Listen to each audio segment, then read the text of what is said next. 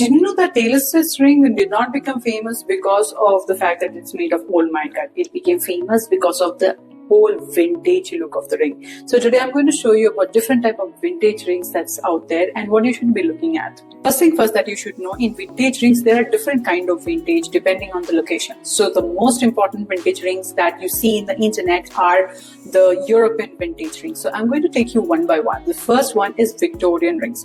Now in Victorian rings that you will see that there is a certain kind of motifs like heart, serpent, flowers, which you will find in a lot of designs that we also work on. So here are a couple of design that you can see the flower and hearts and the placement and the way the stones are within the metal. It's not exactly like bezel, but it is not exactly a prong as well. So then in Edwardian ring, as you will see in the ring patterns, there is this light and lacy design with filigree patterns, which you will find in a lot of our vintage design rings as well, where you have this pattern of filigree at the same time some geometric patterns, which is also something that is very classic Edwardian. Then we have Art Deco rings, which is mostly prevalent in France and USA, and it has this bold geometric designs as well, but they also use a lot of gemstones.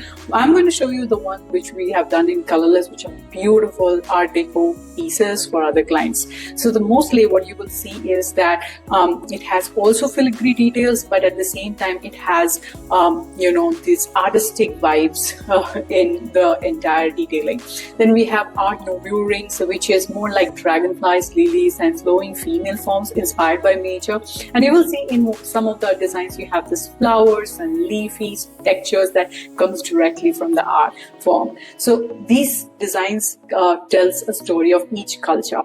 Apart from Europe, we have Asian rings like Ottoman or Mughal Empire rings. They are like bold and chunky designs. In these rings you will see the center stone is really big, and then you have this nice signet form of ring. We have done several forms of rings as signet forms in diamonds and in moissanite as well, as you see some sample pieces here.